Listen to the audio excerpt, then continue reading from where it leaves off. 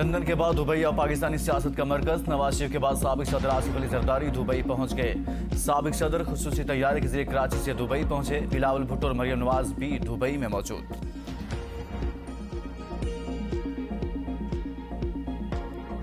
नवाज शरीफ और जहांगीर तरीन की इंतखाबात में हिस्सा लेने की राह हमवार। सेनेट के बाद कौमी असम्बली में इलेक्शन एक्ट 2017 में तरमीम का बिल मंजूर।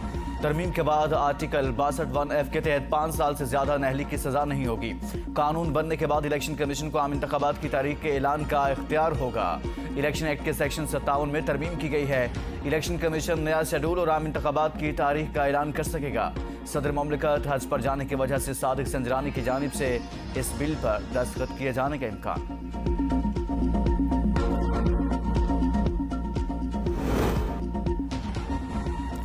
नवाज शरीफ की वतन वापसी के लिए वज़ीर आज़म शहबाज शरीफ ने कानूनी टीम तश्कील दे दी। वज़ीर कानून सेनेटर आज़म नज़ीर तारड़ कानूनी टीम के सरबराह, मुआविन ख़ुसूसी अताउल्ला, इरफान कादिर और कानूनी मुशीर भी कमेटी में शामिल।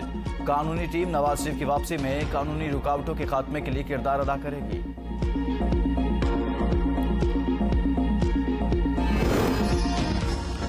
ताहियात नहली आइन के मुताबिक बुनियादी हुकूक के खिलाफ है। ख्वाजा आसिफ ने कहा, मेरे ख्याल में एक मुद्दत के लिए नहली बहुत है। 436 लोगों में से एक शख्स को उठाकर सजा सुनाई गई जो गलत था।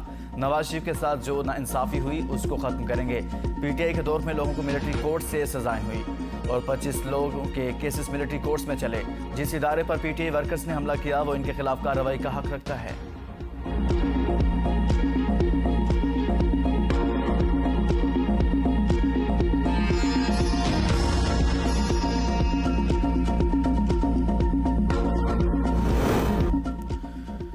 मिलिट्री ट्रायल के खिलाफ दरखास्तें। वज़ीर आज़म, वज़ीर दिफा, वज़ीर दाखिला के नुमाइंदे मुकर्रर।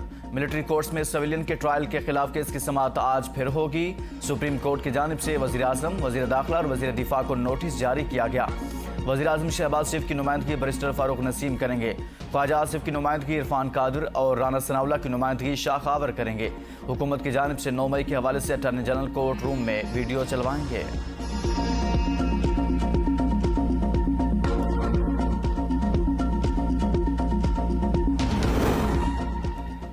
पीटीआई चेयरमैन और इनकी अहलिया को नैब ने आज फिर तलब कर लिया। नैब रावलपिंडी ऑफिस में जॉइंट इन्वेस्टिगेशन टीम के सामने पेश होने की हिदायत।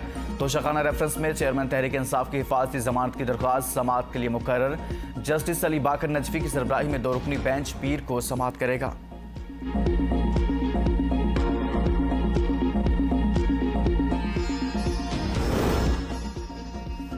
कौमी असम्बली से आइंदा माली साल का विफाकी बजट कसरत राय से मंजूर। विफाकी बजट का कुल तखमीना 14,480 अरब रुपए, तरक्याती बजट 950 अरब रुपए होगा। टैक्स वसूलियों का हदफ 9,200 से बढ़ाकर 9,415 अरब रुपए मुकर्रर।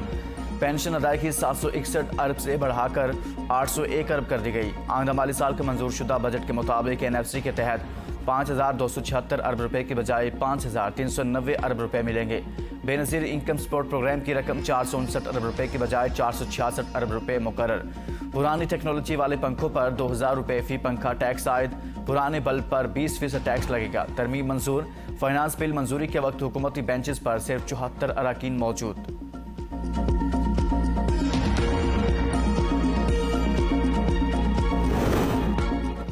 $9,415 अरब के टैक्स आयद। टैक्सों की भरमार के बाद अवाम पर पेट्रोल बम मारने की तैयारी। पेट्रोलियम डेवलपमेंट लेवी ऑर्डिनेंस में तरमीम मंजूर। पेट्रोलियम लेवी 50 रुपए से बढ़ाकर 60 रुपए कर दी गई। वफाकी हुकूमत को 60 रुपए तक लेवी आयद करने का इख्तियार होगा। चेयरमैन कामा कमेटियों को 1200 सीसी तक गाड़ियां इस्तेमाल करने की इजाज़त होगी। इस वक्त 1300 से 1600 तक गाड़ियां इस्तेमाल करने की इजाज़त है।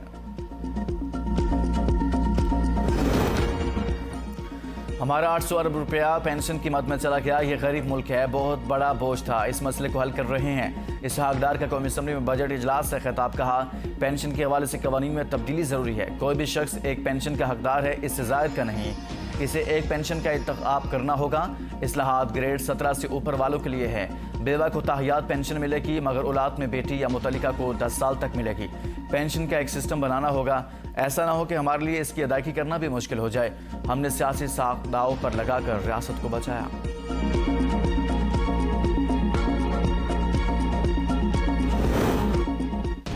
IMF का इस हकदार पर एतमाद नहीं रहा। कारकर्दगी गैर तसल्ली बख्श है। शाह महमूद कुरैशी का वज़ीर ख़जाना से फौरी इस्तीफे का मुतालबा। प्रेस कॉन्फ्रेंस में कहा, बजट में जो एमनेस्टी स्कीम मुतारिफ करवाई है, IMF को इस पर तहफ़्फ़ुज़ात हैं। इसहाक डार के बजट को IMF और तमाम इदारों ने मुस्तरद कर दिया।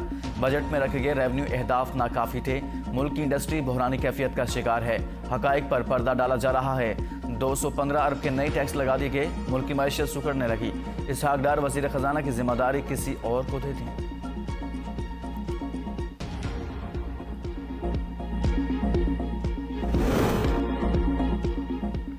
मईशत का धड़न तख्ता करने वाले IMF मुआहदे को बहाल होते देखकर रो क्यों रहे हैं? वज़ीर इत्तलात मरियम औरंगज़ेब ने कहा, अब मुआशी मफादात पर हमले की तैयारी है।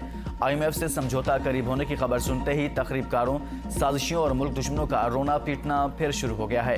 मरियम औरंगज़ेब ने कहा, सख्त शराइत पर IMF का मुआहदा किया, खुद खिलाफ वर्जी की, अपना किया हुआ मुआहदा तोड़ा, फिर मुल्क और मुआहदे के खिलाफ साजिशें भी की। मुआहदा होने पर चीखने वालों से सवाल ये पूछना चाहिए कि आपने IMF से मुआहदा किया क्यों था? जो मुआहदा होने पर चीख रहे हैं, IMF से मुआहदा खुद इन्होंने ही तो किया था। इस मुआहदे को न सिर्फ खुद तोड़ा बल्कि मुल्क को डिफॉल्ट कराने की साजिश की थी।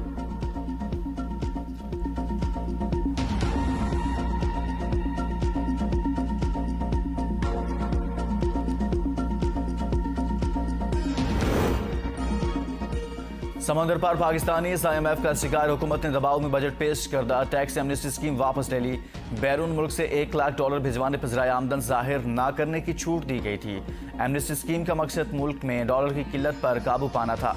टैक्स वसूलियों का हदफ भी बढ़ा दिया गया। इनकम टैक्स में सालाना 24 लाख से ज़्यादा आमदन पर टैक्स में 2.5% इजाफा कर दिया गया। खाद पर 5% फेडरल एक्साइज ड्यूटी भी आयद करने का फैसला। प्रॉपर्टी की खरीदो फरोख्त पर टैक्स 1 से बढ़ाकर 2% करने का फैसला।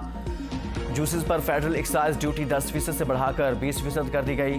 2000 सीसी से बड़ी लग्जरी गाड़ियों पर टैक्स में इजाफा कर दिया गया। अखराजात में 85 अरब रुपए की कमी। हर किस्म की दरामदात पर पाबंदी खत्म।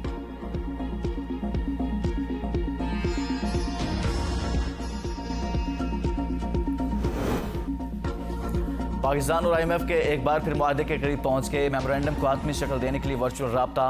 मुमकिना स्टाफ लेवल मुआहदे के बाद IMF के एग्जीक्यूटिव बोर्ड का खुसूसी इजलास बुलाए जाने का इम्कान। IMF एग्जीक्यूटिव बोर्ड के 5 जुलाई तक के शेड्यूल में पाकिस्तान का नाम शामिल नहीं। मुआशी टीम ने भी IMF को मजीद किए गए इकदाम बारे आगाह कर दिया।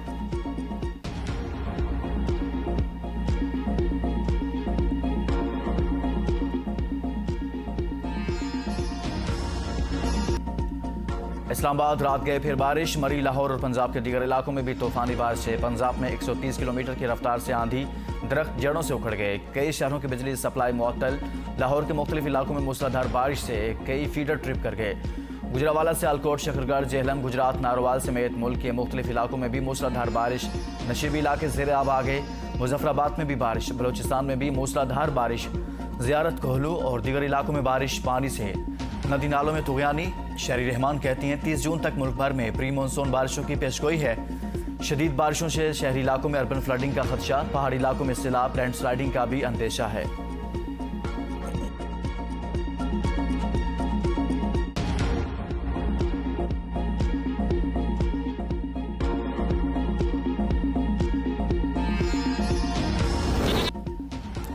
ईद कुर्बान को सिर्फ 3 दिन रह गए। सुन्नत इब्राहिमी की अदायगी के लिए प्यारे जानवरों की दौड़ तेज होगी। बच्चे, जवान, बूढ़े सभी ने किया मंडियों का रुख। मवेशी मंडियों में शहरियों और व्यापारियों के दरमियान भाव ताऊ। कुछ ने जानवरों का जायजा लिया तो कुछ ने इस्तात के मुताबिक सुन्नत इब्राहिमी की अदायगी के लिए जानवर खरीद लिए। व्यापारी खरीदार को खुश तो ग्राहकों को कीमतें ज्यादा होने का शिकवा। ईद की खुशियां अपनों के साथ मनाने के लिए परदेशियों की आबाई घरों को वापसी शुरू। बस स्टेशन, रेलवे स्टेशन और दीगर स्टैंड पर रश बढ़ने लगा। टिकट घरों पर लंबी कतारें। मुसाफिरों को एडवांस टिकटें ना मिलने का भी शिकवा। शदीद गर्मी में घंटों गाड़ियों का इंतजार करने पर मजबूर। जायद किराए की भी शिकायत।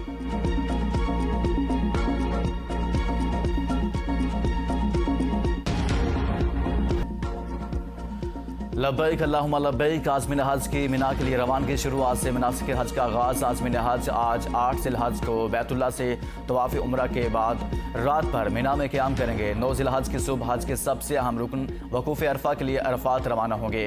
कोरोना की वजह से 3 साल बाद पहली बार बगैर पाबंदियों के मुकम्मल हज अदा किया जा रहा है।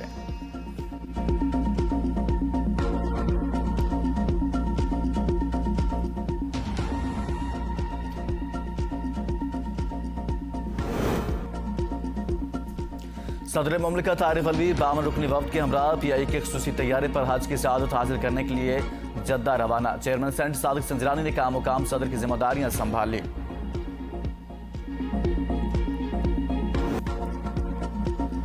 यूनान कश्ती हादसा गुजरते वक्त के साथ अहल खाना की उम्मीदें भी दम तोड़ने लगी। डस्का के 2 हकीकी भाइयों समेत 3 दोस्त भी कश्ती के मुसाफिर थे।